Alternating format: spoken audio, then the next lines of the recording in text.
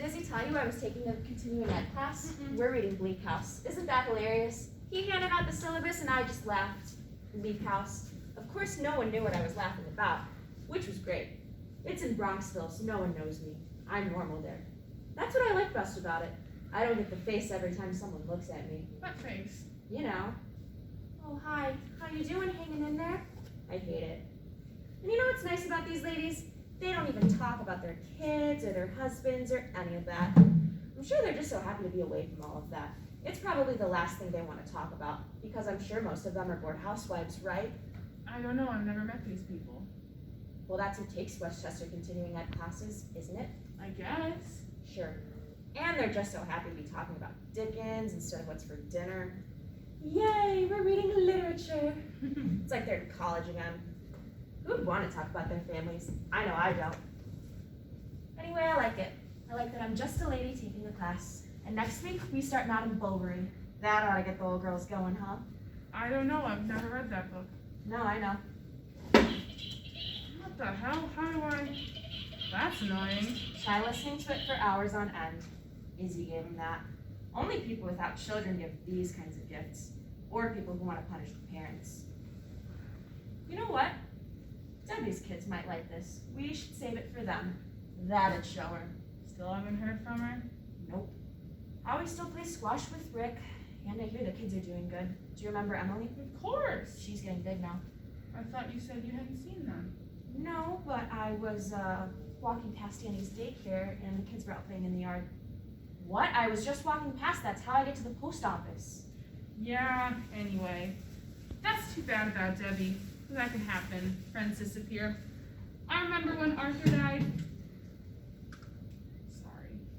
What about this? No, it's busted. Do you know the thing about Debbie? Yeah? Well, it's just as bad the other way sometimes. Do you remember Maureen Bailey? Sure. Well, I couldn't get rid of her after your brother passed away. I remember. Always at the house, always checking in on me, eating up the cinnamon buns Uncle Jimmy brought me. I never had a moment to myself.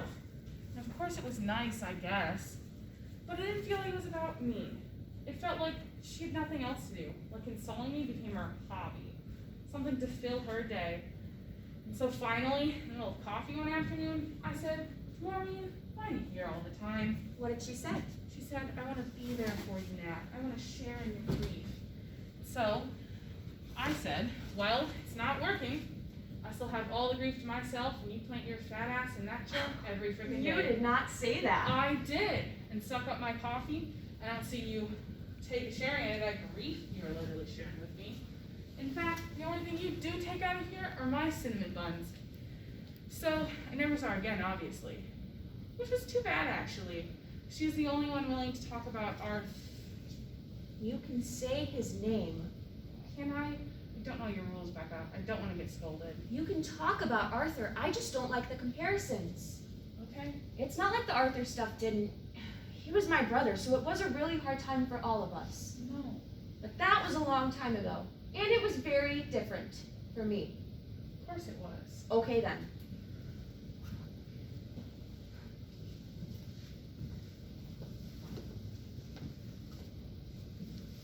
What's this?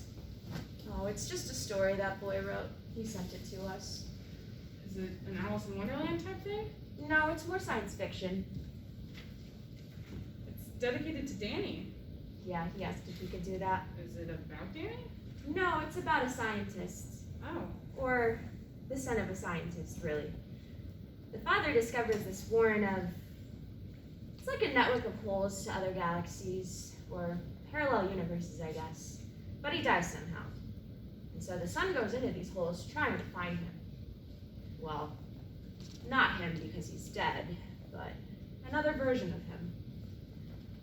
Well, it doesn't sound very good. It's okay, he's young. Keep it?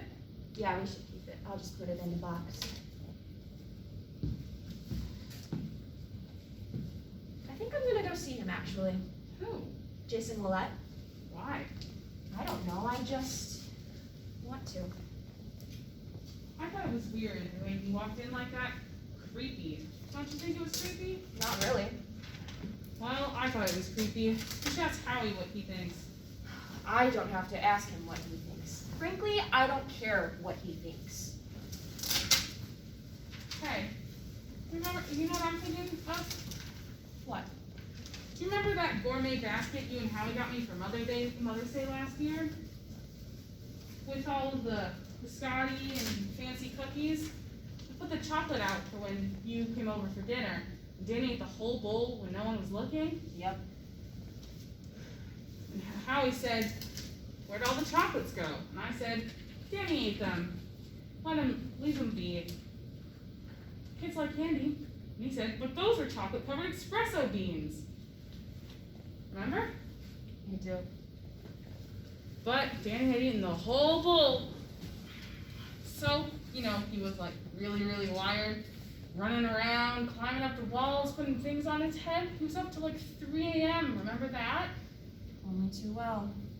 I didn't know what the damn things were. I thought they were candy. You guys get me such fancy baskets with all these crazy things in them. Espresso beans. I tell that story to everyone. People get a kick out of it. Mom, does it go away? What? This feeling. Does it ever go away? No, I don't think it does. It hasn't for me, and it's been 11 years. It changes, though. How? I don't know, the weight of it, I guess. At some point, it becomes bearable. It's something you can crawl out from under and carry in your pocket like a brick. Sometimes you forget about it. And you reach in for whatever reason, and there it is. All right, that. And that can be awful, but not all the time. Sometimes it's not that you like it, but it's what you have instead of your son. So you want to hold on to it. So you carry it around with you, and it doesn't go away, which is